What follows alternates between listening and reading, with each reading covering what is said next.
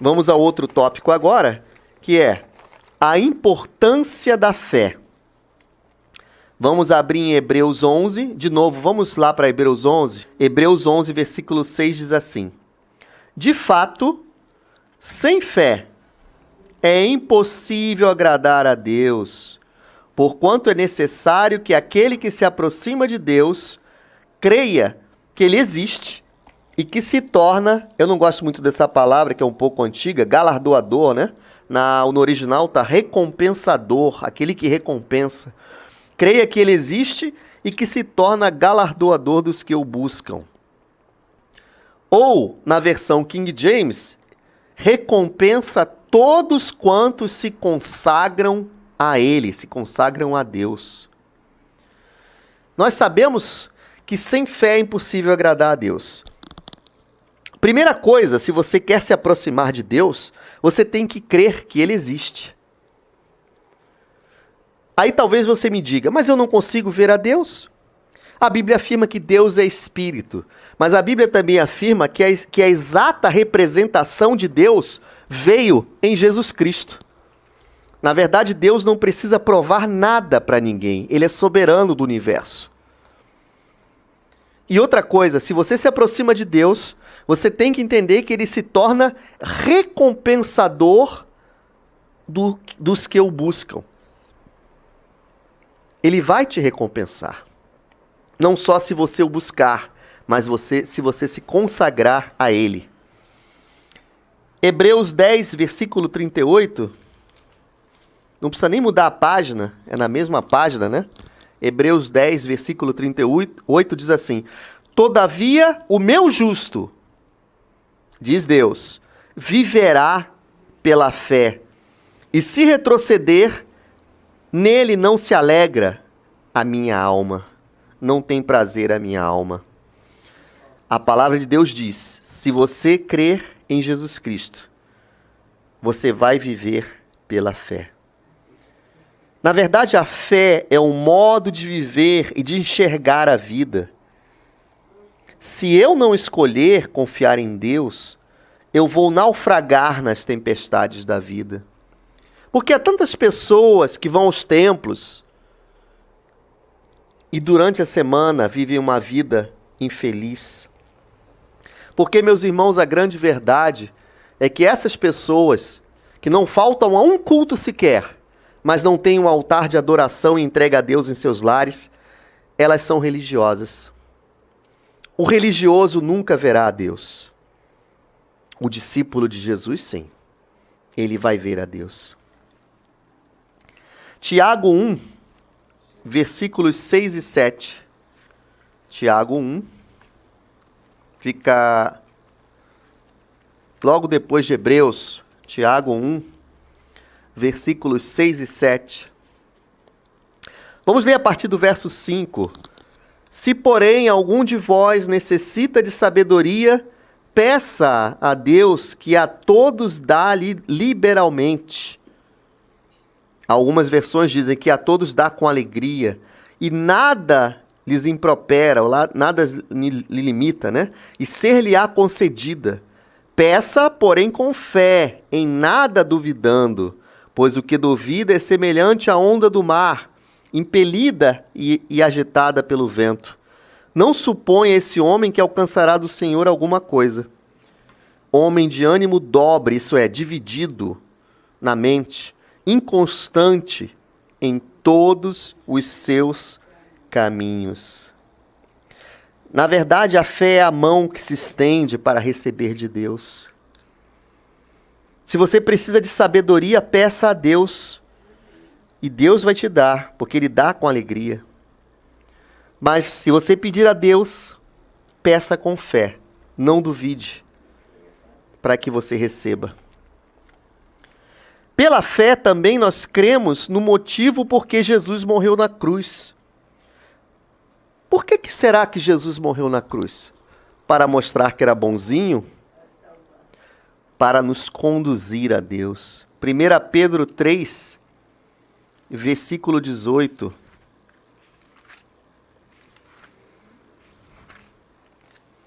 Diz assim, 1 Pedro 3,18.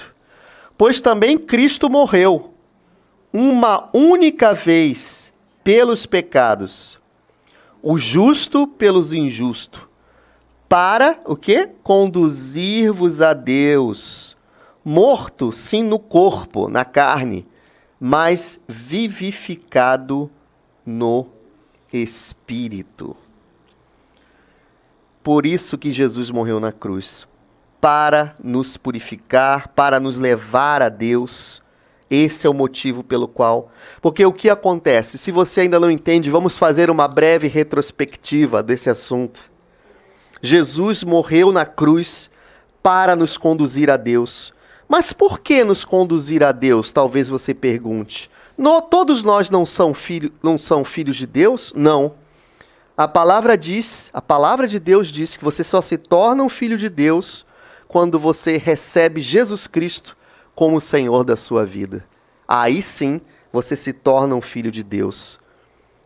Então, a partir deste momento, você é conduzido à presença de Deus. E também a fé, Jesus morreu na cruz também para nos purificar dos nossos pecados. Vamos abrir em 1 João 1, versículo 7. Se, porém, andarmos na luz, como Ele está na luz, mantemos comunhão uns com os outros, e o sangue de Jesus, seu Filho, nos purifica de todo pecado. É somente o sangue de Jesus que purifica. Não adianta você se autoflagelar, não adianta você tentar agradar a Deus fazendo sacrifícios, não adianta sacrificar animais, não adianta fazer oferendas, isso não vai resolver a sua vida. É só o sangue de Jesus que purifica o nosso pecado. Não há nenhuma outra forma no universo de buscar a purificação de Deus, a não ser pelo sangue de Jesus. E Hebreus 9, versículo 28, vamos voltar para Hebreus. Assim também Cristo, tendo se oferecido uma vez para sempre, para tirar os pecados de muitos, aparecerá segunda vez, sem pecado, aos que o aguardam para a salvação. Jesus se ofereceu uma única vez pelos nossos pecados. E a Bíblia afirma que ele vai aparecer uma segunda vez. Já dessa vez, não mais como só Senhor e Salvador, mas também como juiz que vai julgar todo aquele que não colocou a sua confiança em Jesus.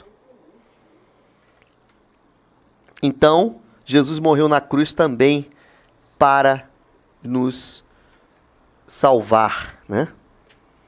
E também vamos abrir em Romanos 3, 23 a 26. Romanos 3, de 23 a 26. Pois todos pecaram e carecem da glória de Deus, sendo justificados gratuitamente por sua graça, mediante a redenção que há em Cristo Jesus, a quem Deus propôs no seu sangue, como propiciação mediante a fé, para manifestar a sua justiça, por ter Deus, na sua tolerância, deixado impunes os pecados anteriormente cometidos, tendo em vista a manifestação da sua justiça no tempo presente, para ele mesmo ser justo e o justificador daquele que tem fé em Jesus.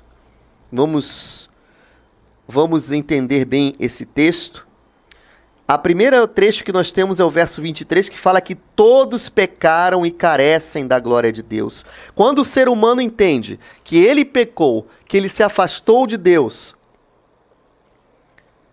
ele vai receber a graça de Deus e será salvo. Sendo justificado, o que é ser justificado? É ser reconhecido como justo diante da presença de Deus. Você só será reconhecido como justo diante da presença de Deus quando você crer em Jesus.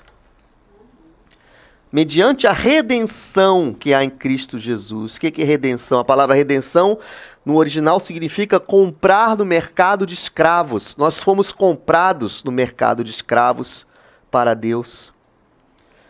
Como propiciação, lembra do que nós explicamos? O propiciatório era a tampa da Arca de Aliança, onde o sumo sacerdote entrava uma vez por ano e aspergia o sangue para a purificação de pecados. Isso não é mais necessário hoje em dia. Então, quando Deus olha para você, se você crê em Deus, o que acontece? Quando Ele olha para você, Ele vê em você o sangue de Jesus e você é perdoado. E a ira dele se desvia para manifestar a sua justiça, né?